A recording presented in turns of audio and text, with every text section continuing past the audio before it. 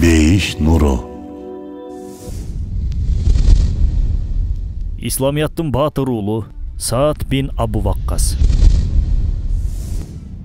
Исламиятка алгачкылардан келип, дин жолунда кан төккөн алгачкы жигит. Бейиш менен сүйүнчүлөнгөн сахабалардын акыркы өкүлү Саад бин Абу Ваккас жөнүндө айтып беребиз бүгүн. Негизи бейиш менен сүйүнчүлөнгөн 10 сахабанын өмүр баянын ушул жылдын башында баштаган болчубуз. Ай айланып 10-чу сахаба жөнүндө эмгегибиз жылдын 10-чу айына туш келип олтурат. Баатырдыгы менен алдыга чыккан 4 сахабанын бири болгон Hazreti Саад боюнча видео материалыбыз азыркыдай жихадтын курч алган учурунда төп келүүсү да бекеринен эместир. Бедиузаман Саид Нурси дал келүүлөр Аллах алдында кабыл болгондуктун ишараты деп айтат. Эмгегибизге байланышкан мындай дал келүүлөрдү биз да кабыл болгондуктун жишаны катары баалоо менен Аллахка шүгүрлөрдү айтып, кезектеги видео материалыбызды сунуштамакчыбыз. 593 жылы жарка келген Саад бин Абу Ваккастын уруусу Зухра уулдарынан болчу. Эгер эсиңиздерде болсо, пайгамбарыбыз саллаллаху алейхи вассаламдын энеси Амина энебиз дал ушул уруудан болгон. Андыктан Hazreti Саад Аллах элчисине таекеда болуп кетет. Пайгамбарлык келген учурда ал болгону 17 жашта гана болгон. Саад бин Абу Ваккас Меккеде жаа атуусу менен атагы чыккан жигиттерден болгон. Жаа атуу өнөрүн ага атасы Малик бин Ухайб үйрөткөн. 17 жаштагы жаш жигит ыйман келтирерден мурун бир түш көрөт. Түшүндө айлана көзгө сайса көрүнгүс болуп турган караңгылык каптап турган. Бир убакта жаркырап чыга келген толгон айды көрөт да, жарыкка талпынып айга чуркайт. Жүгүрүп келип караса айдын жанында Hazreti Али, Зайд бин Харис, Абу Бакырлар турган экен. Hazreti Саад аларга карап таңдана, "Силер качан келдиңер?" деп сурады. Алар "Бир аз мурун эле келдик" деп айтышат. Саад бин Абу Ваккас бул түштөн өзгөчө бир сезимдер менен ойгонот. Кубаныч, толкундоо, айтор, жүрөгү бир жакшылыкка дуушар болгондой абалда эле. Жаш жигит бул түштү ичине катып жүрө алган жок. Дароо көптү билген жакын адамдарынан бири болгон Hazreti Абу Бакыр разияллаху анхуга барып айтып берет. Hazreti Абу Бакыр маселени баамдап, Саадты Расулуллахтын жанына ээрчитип барат. Алар барышканда Аллах элчиси намаз окуп жаткан болчу. Hazreti Саад пайгамбарыбыз саллаллаху алейхи вассаламды намаз учурунда арт жагынан көргөндүгүнөн улам анын ким экендигин так көрө алган жок. Аллах элчиси артына бурулуп, "Кош келипсиң эй Саад" деп айтканда толкундана түшкөн Саад "Мен түшүмдө да азыркыдай абалга калдым эле" деп ыйман келтирет. Ошондо мусулмандардын катарында Hazreti Абу Бакыр, Hazreti Али, Хадича энебиз сыяктуу саналуу гана адамдар бар болчу. Эсеп 10га жете элек кезде бул катарга Саад бин Абу Ваккас да кошулат. Ооба бир тууганым, Аллах Аль-Фатта. Ал нечендеген эшиктерди ачкан зат. Кимдир бирөөнүн көңүл эшигин бир түш менен, кимдир бирөөнүкүн бир азан менен, кимдир бирөөнүкүн бир аят же бир адамдын сөзү менен ачат. Себептерди жараткан Аллах, хидаятка жетелөөчү Аллах. Бирок кулдун өзү да аны ээрчүүсү керек. Демек, Саадта көңүлүн акыйкат нуруна жүздөнткөндүгүнөн улам Аллах анын жүрөгүн бир түш менен жарытты, нурдантты. Бүгүн адамдар жашоосу кимдир бирөөнүн берген мотивациясынан, кайсы бир бизнесмендин сөзүнөн улам өзгөрүп кеткенин айтышат го. Сахабалардын жашоосу хидаятка келүүсү менен түп тамырынан өзгөргөн. Жана кайып пардасы ачыла турган болсо да өзгөрбөй турганчалык абалга жетишкен. Анткени алар бүт жерде Аллахтын ысым сыпаттарын көрүп, аны унутпай турган даражага жетишкен эле. Эми аларды эч кимдин сөзү башына түшкөн эч кандай кырдаал багытынан адаштырып өзгөртө алчу эмес. Алар хидаят нуру менен жашоосунда бир жолу өзгөрүштү, ошол бойдон өзгөргөн жок. Мындай өзгөрүштү жан дүйнөгө келген улуу төңкөрүштү жашырып жүрүү мүмкүн эмес эле. Бирок Hazreti Саадка бул боюнча эч кимге, айрыкча апасына да айтпоо буйрулду. Көңүлдөгү ыйман нурун канчалык жашырууга мүмкүн болсо, Саад да ошончолук жашыра алды. Бирок ал бул акыйкаттарды жар салып кыйкыргысы келчү. Аны тыйган нерсе бир гана Аллах элчисинин эскертүүсү болчу. Үйүнө барганда үйдүн ар бурчундагы нурсуз путтар анын көңүлүн аябай сыгат болчу. Үй мурункудай эс алдырып бейкуттук тартуулоочу жай эмес, кудум аны бууп жүрөк заада кыла турган жайга айланган эле. Hazreti Саад үчүн эми бул үйдө уктоодо, тамактанууда, жөн гана олтурууда азапка айланмай болду. Андыктан Азирети Саад үйдөн качып калган эле. Сааттын абалындагы өзгөрүүнү энеси дароо байкады. Анын ыйманга келгенин байкабай коюу үчүн баам парасатсыз аңкоо болуу керек эле чынында. Кана эле ошол эне уулунун акыйкатты тапканын, туура жолго келгендигин да энелик жүрөгү менен сезе койсо. Тилекке каршы андай болгон жок. Ага чейин Сааттын апасы уулун мактап бүтө алчу эмес. Эми болсо душман боло турган болуп калды. Уулун туура жолдон кайтаруу үчүн ийри буйру ыкманын баарын жасап көрдү. Аягында Лат жана Уззанын атына ант ичемин. Эгер аталарыңдын динине кайтпасаң, ысык аптапка чыгып, экинчи рет жебеймин, ичпеймин, ошол аптапта жуунбастан өлүмүмдү күтөмүн. Мен өлгөндөн кийин сен өз энесинин башын жеди деген сөзгө каласың деп айтты. Туура. Натыйжада бул жак, бул дүйнө сыноо дүйнөсү. Ыйман көтөрүлгөн сайын сыноо да бүтпөйт. Сыноо дагы да күчөп, дагы да татаалдашары бышык. 17 жаштагы жаш жигиттин башына келген сыноосуна карабайсызбы? Анын бул сыноонун алдында көрсөткөн мамилесине карап, апасынын сөзүнө берген жоон угуп, такыр 17 жаштагы жигит деп ойлобойсуз. Кеминде 40тан өтүп калган, токтолуп калган киши деп ойлойсуз.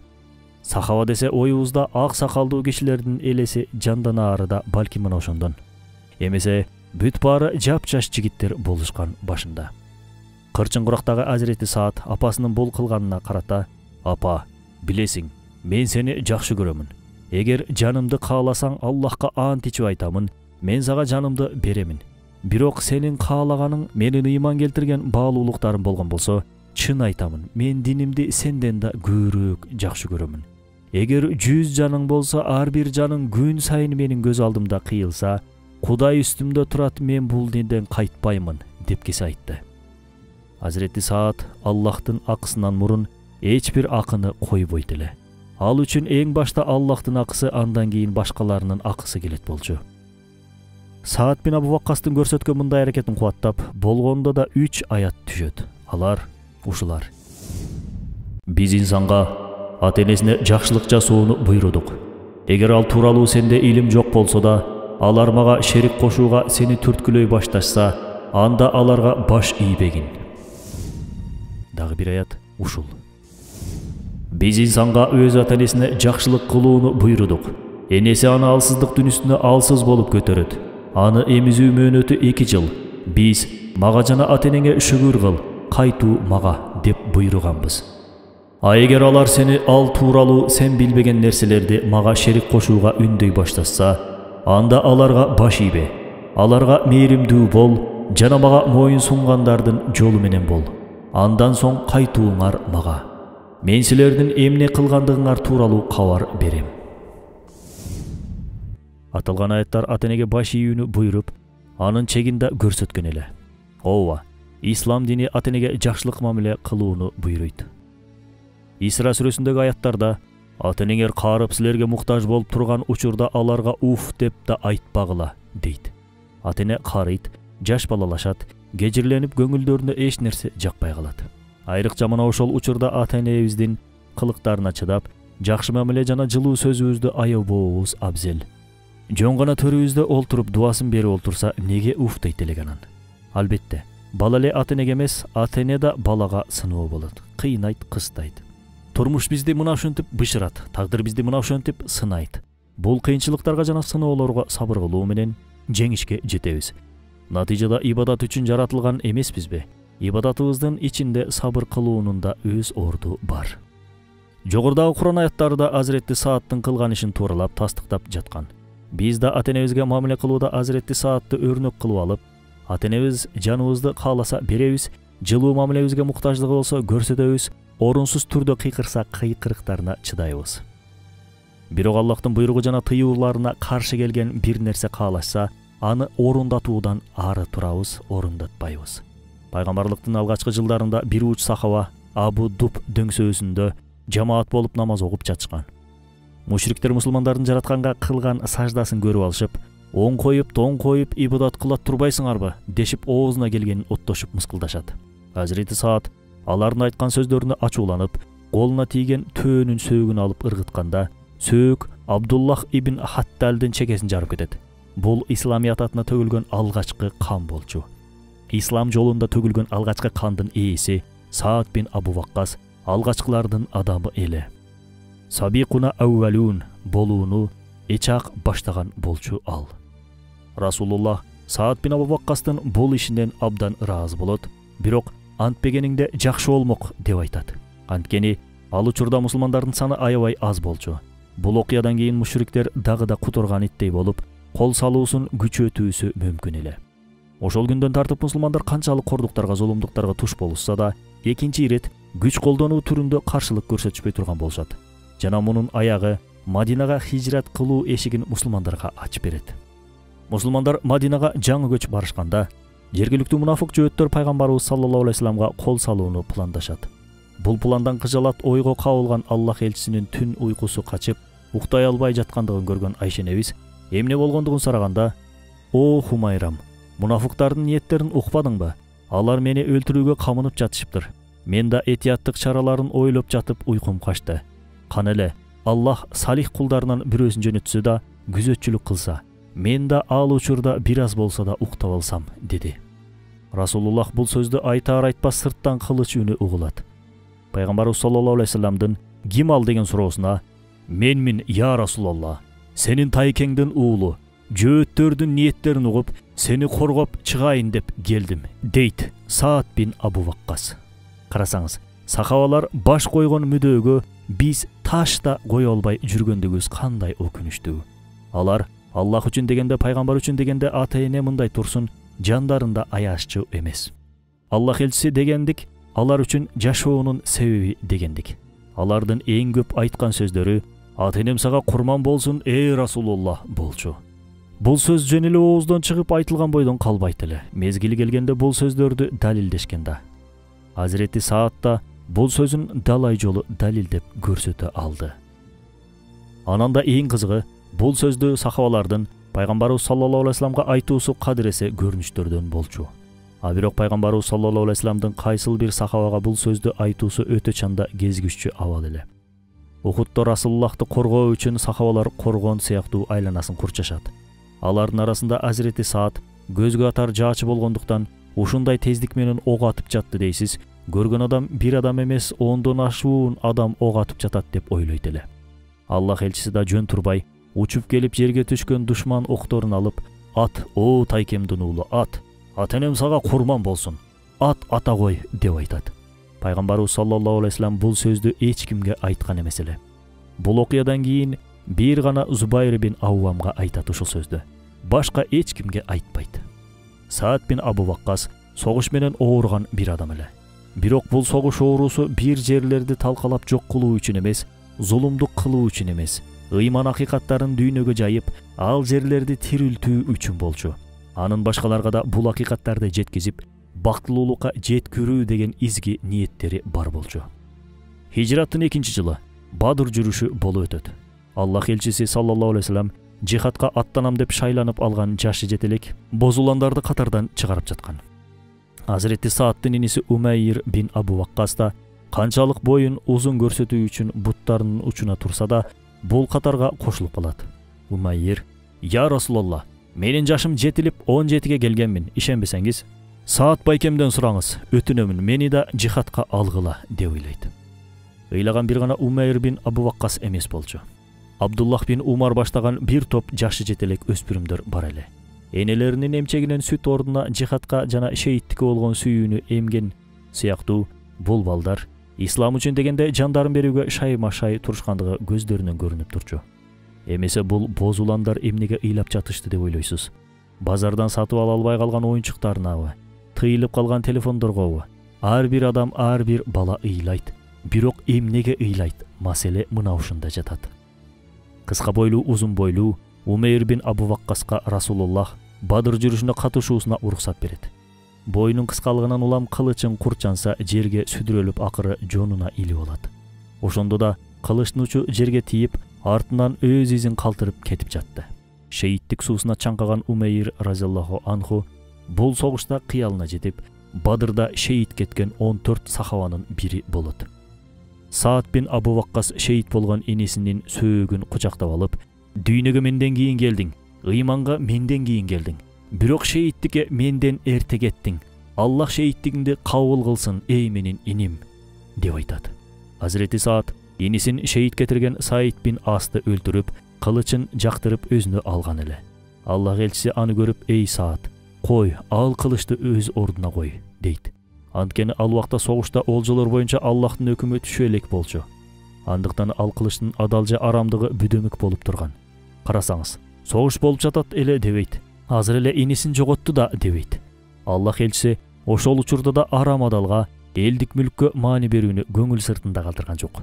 Мындай кылдат мамилеге азыр ушунчалык муктажбыз, элестете албайсыз. Бүт баарыбыз элдин мүлкү башка бирөөнүн акысы деген ойду пикирибизге, жүрөгүбүзгө сиңиришибиз керек. Айрыкча мамлекеттик кызматта иштегендер бул маселеде абдан кылдат болуусу зарыл.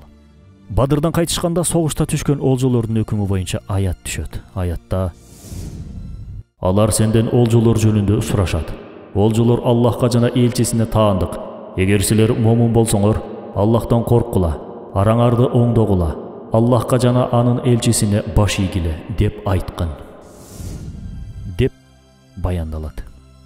Пайгамбарыбыз саллаллаху алейхи вассалам эң жакыны болгонда бир курманы хаксыз жөндөн эле бир жерге берген эмес. Бирөөнүн акысын бирөөгө жедирчү эмес. Бирөөнүн акысын башка бирөөнүн уурдоосуна такыр ыраазы болчу эмес. Ал оорлук кылган кызым Фатима болсо, анын да колун кесмекмин деген бир зат. Курандын өкүмү белгилүү болгондон кийин Расулуллах жанагы кылычты Азирети Саатка олжо кылып берди. Бир күнү Саат бин Абу Ваккас Аллах элчисинин жанына барып: "Эй Расулуллах, мага да бир дуа кыл. Башка эч нерсе каалабаймын", дейт. Пайгамбарыбыз саллаллаху алейхи вассалам: "Кандай дуа кылайын?" деп сураганда, Азирети Саат Сааттын ар бир дуасын кабыл кыл деп дуа кыл деп өтүнөт. Расулуллах Азирети Сааттын сураган дуасын берет да артынан: "Эй Саат, Аллах сенин дуаларыңды кабыл кылуусу үчүн жеген ичкендериңе көңүл бур" деген насаатын берет. Бул эмне дегендик билесизби? Бир адамдын жеген ичкендеринде арам боло турчу болсо, аракеттеринде адал боло албайт, дуаларына жооп да ала албайт дегендик. Ушуну көп ойлонобуз, бизден да ушуну көп сурашат. Эмне үчүн дуаларым кабыл болбой жатышат дешип. Маселе же ичкендерибизде болуусу мүмкүнбү?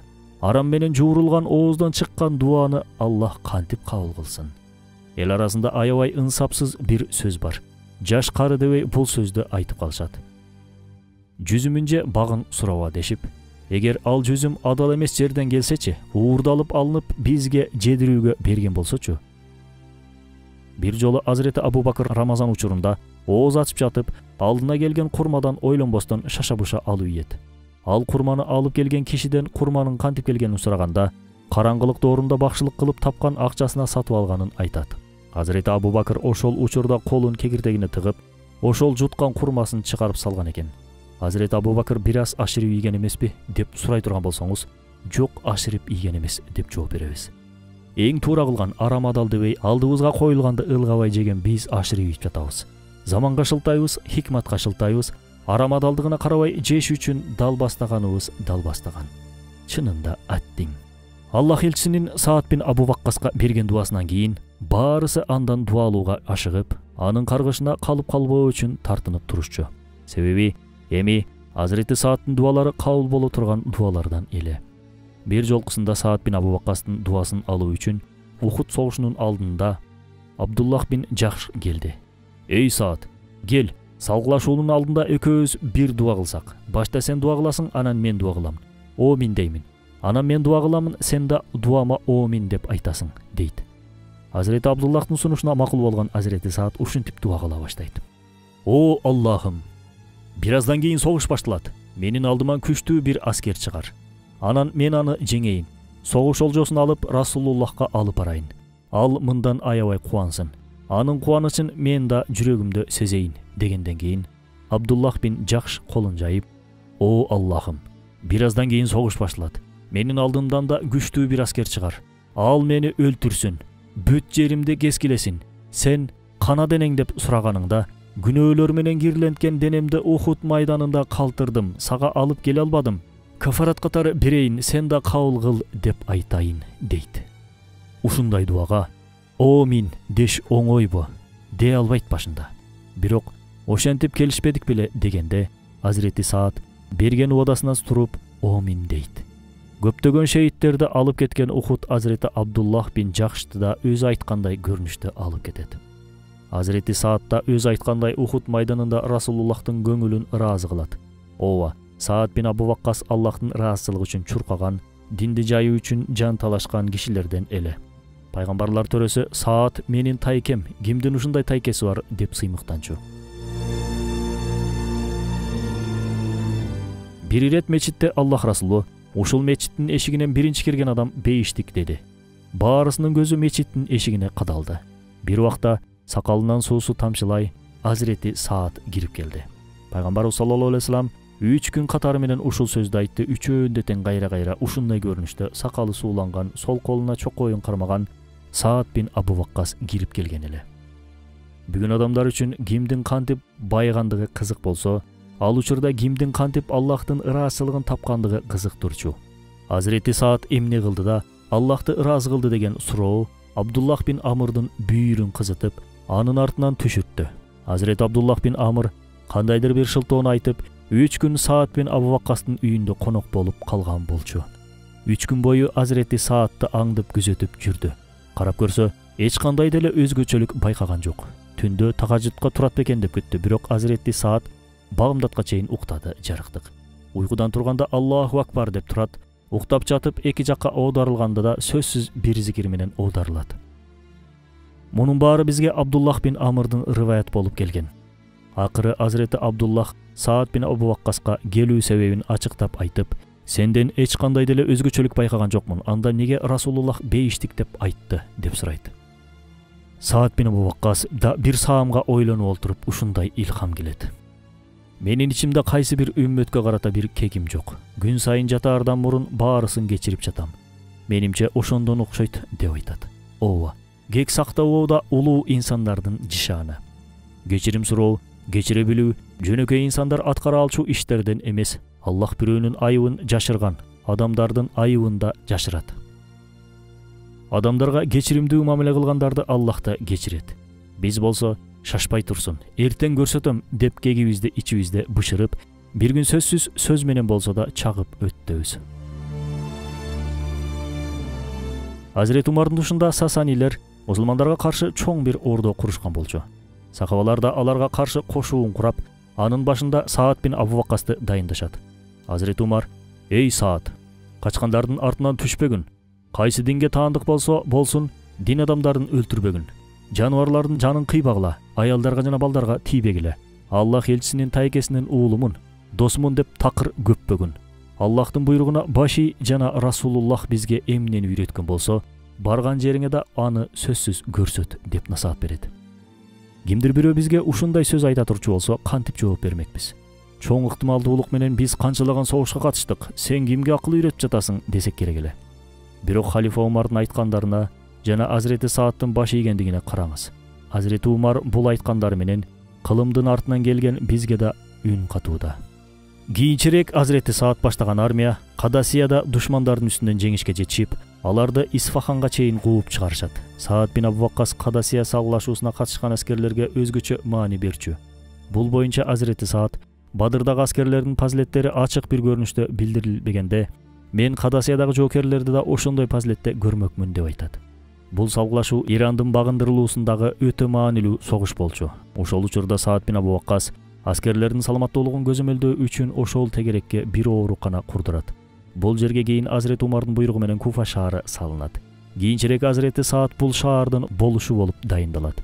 Ошол учурларда куфалыктар Азирети Саад жөнүндө ушактар чыгарышып, маселени Азирети Умарга чейин жеткиришкен эле. Алардын айтуусу боюнча Азирети Саад таделе эркансыз, башкача айтканда толук эрежелерин аткаруу менен намаз окуйт. Олжону адилеттүү таратпайт деп айыпташат. Халифа Умар Мухаммад бин Масламаны окуянын чоо жайын билип келүү үчүн Куфага жөнөткөн болчу. Ага чейин эл арасында бул ушак Азирети Саадтын да кулагына жетет. Ошондо Саад бин Абу Ваккас буга чейин эч кимге айтпаган окуясын ошол жерде айтып берет. Бул дин бул күндөргө кантип жетти билесиңерби? Нечендеген азап кыйынчылыктар менен келди. Меккеде мушриктер мусулмандарга бойкот жарыялашканда, айлап күндөп ачка калдык. Пайгамбарыбыз саллаллаху алейхи вассалам баш болуп ачкалыктан дарактын жалбырактарын жеп жүрдүк. Бир күнү кечинде дары талганы чыгып эскирген бир тери таап алдым. 3 күн ошонун даамын соруп жүрдүм. Бүгүн силер эч кандай мээнетсиз динди таап алып, эми бизди сындап жатасыңарбы деп айтат. Ооба, Сахабалардын көргөн кыйынчылыгын кыпындайда бөлүгүн көрбөй туруп, сахабалардын дарегине таш ыргыткандар бар. Аларды ар кандай күнөө менен айыптап, аларды сындагандар да бар. Аларда бизге окшогон эле адам да деп аларга өзүн теңегендер бар. Туура, аларда адам катары кемчиликтери болуусу мүмкүн. Бирок алар сахабалар. Биз миң жакшы болсок да сахаба боло албайбыз. Анан да алардын кемчиликтерин издегендин ордуна алардын жакшы жактарын изилдеп, өрнөк алганга аракет кылсак дагы да жакшы болбойбу? Сахабалардан сабыр кылууну, шүгүр кылууну үйрөнсөк кандай сонун болмок? Элдин колунда ошончо болсо да шүгүр кылуу азайып кетти. Кандайсың деп сурасаңыз, жүрөбүз шүгүр кыбырап коюп, Кудай деп акырын деген сөздөрүндө да нааразычылык сөздөрүн көрүүгө болот. Сахабалардын күндөп түндөп ачка калган күндөрү болгон. Ошондо да тилинде шүгүрү бар болчу. Биз күндө жейбиз, ичебиз, күндө кийинебиз, бирок наалаганыбыз наалаган. Бүгүн элдин басымдуу бөлүгү үйлүү жайлуу, Кудайга шүгүр. Азыр үйү жоктор эмес, үйүнө батпай жаткандар бар. Ошондо да нааразы. Ким берди десе Аллах берди дейт. Бирок Кудайда акысы калгансып шүгүрсүз. Курсагыбыз токтугунан кутуруп, куфалыктарга окшоп, ар кандай айың сөздөрдү чыгарып отурабыз. Ток чычканга тоңмай жакпайт деген макал дал бизге айтылган сындуу. Азирети Умар Саад бин Абу Ваккаска жалаа жабылгандыгын аныктап, аны кайра Куфага мэр кылып дайындайт. Бирок Азирети Саад кабыл кылбай коет. Азирети Усмандын өлүмүнөн кийин фитнадан алыс болуу үчүн Мадинага жакын жердеги Акик деген айылга келет. Ошол бойдон өмүрүнүн акырына чейин жашоосун айылда өткөрөт. Жамал, Сыффин жана башка кандуу окуяларда Саад бин Абу Ваккаска армиянын башына келүүсү үчүн түшкөн сунуштар түшөт. Аларга карата эгер мага оозу кулагы болгон, анан да мага ушул момун, ушул капыр, ушул чагамчыл деп ишарат кыла турган бир кылыч берсеңер, силер айткан жерге барып согушууга даярмын деп жооп берет. Саад бин Абу Ваккастын көздөрү өмүрүнүн акыркы жылдарында сокур болуп калган эле. Абдуллах бин Саиб аттуу киши Азирети Саадка өзүңдүн ден соолугуң үчүн дуа кылсаң болбойбу? Сенин дуаң кабыл боло турган дуалардан дуа кыл да көзүң айыгып кетсин, көрө баштайсың деп айтканда, Азирети Саад: Абдулла, мен өзүмдүн абалымдан ыраазымын. Раббим үчүн колдорумду эмне үчүн ачаарымды да жакшы билемин деп жооп берет. Ошол күндөрдө уулуна: баланча жерде сандыкта бир көйнөк бар, ошону алып кел. Мен өлгөндө ошол көйнөктү мага кепин кылып кийгизесиңер деп айтканда, баласы: ата коюңузчу, кайдагы эски көйнөгүңүздү? Сизге базардан жаңысын алабыз деп жооп берет. Саад бин Абу Ваккас: ал көйнөктүн сырын билсең антпейт болчусуң. Ал менин Бадырда кийип жүргөн көйнөгүм. Ал көйнөккө ошол майданда шейит кеткен Аваң Умайрдын каны тийген. Аваңды боорума кычактап турганымды көргөн Расулуллах мени ошол абалды көрүп артымдан таптап сылаган. Пайгамбардын колу, Аваңдын каны, Бадырдын элестери бар ал көйнөктө деп ачыктап берет. Хижраттын 55-жылы Саад бин Абу Ваккас разияллаху анху 85 жашында дүйнө салат. Ал кайтыш болгондо бейиш менен сүйүнчүлөнгөн 10 сахабанын эч кимиси жок болчу. Баарысы о дүйнөгө кеткен болчу. Азирети Саад да акыркылардан болуп өз досторунун катарына кошулат.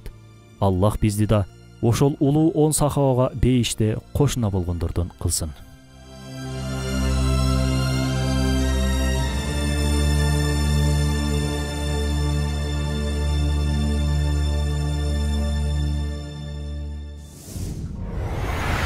Бейиш нуру.